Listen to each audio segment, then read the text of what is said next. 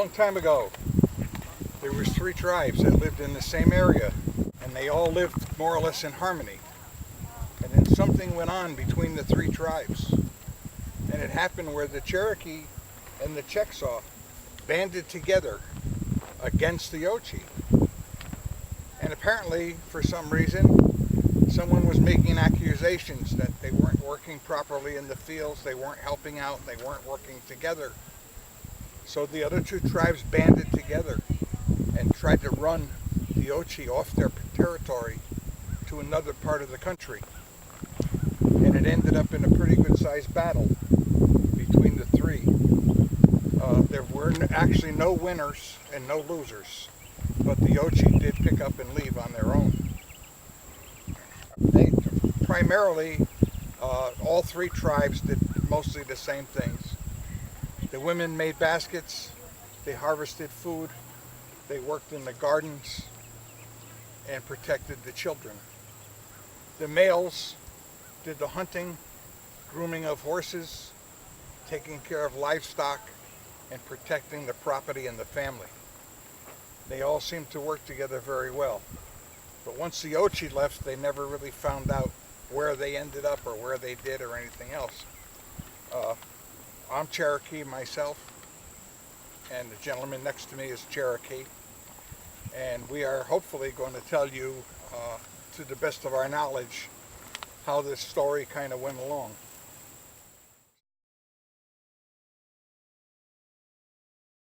There was a long-haired clan, and they were they do. Then there was the Paint clan. They were for the doctors for the kids, and they had medicine to cure any disease till a white man brought the smallpox in and wiped out a bunch of them. But then there was the Wolf clan. The Wolf clan, that's where your warriors come from.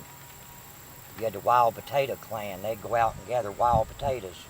They were only about as big as your thumb, but they growed in swampy areas, and they'd take these and pound them and make bread out of them. And then about 200 BC, they came out with corn and started making their bread out of corn and stuff.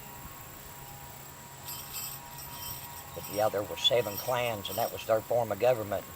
In the village, there'd be a council meeting place, and it was a 7-sided dwelling, and all the clans, if the village had 300 people in it, this building was big enough for 300 people. If it had 1,000 people in it, it was big enough. And that's where the tribal fire was built. And in October and November, sometime in that period, they'd clean out their fire in their houses or their lodges, however you want to say it. Then they would go to the tribal council, and they would gather fire from that and carry it back to their house. And that's what every year around October, November, they'd clean out. The fire never went out, and they were actually people responsible for keeping this fire going. And if they let the fire go out, the punishment for it was death. But that fire, when the removal of the Cherokee come along, they picked up that fire and kept building fires off of it and carried it home to Oklahoma, where it burns today.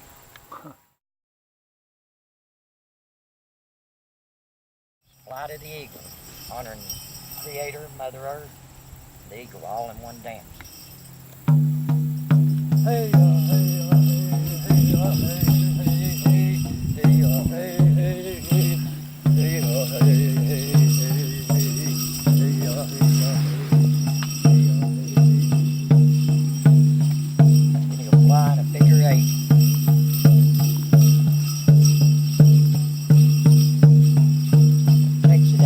safe, you'll land, you'll eat, and he'll dance in all directions.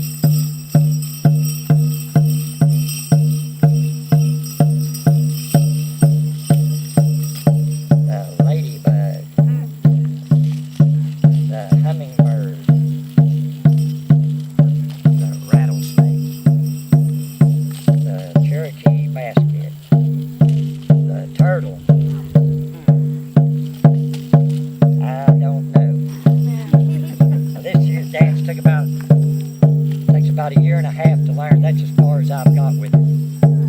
I hope you're not disappointed. No, it's all right. That's great.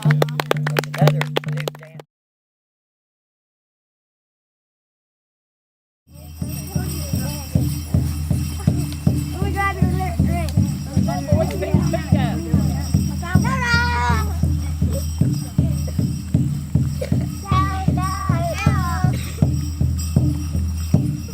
Now move in.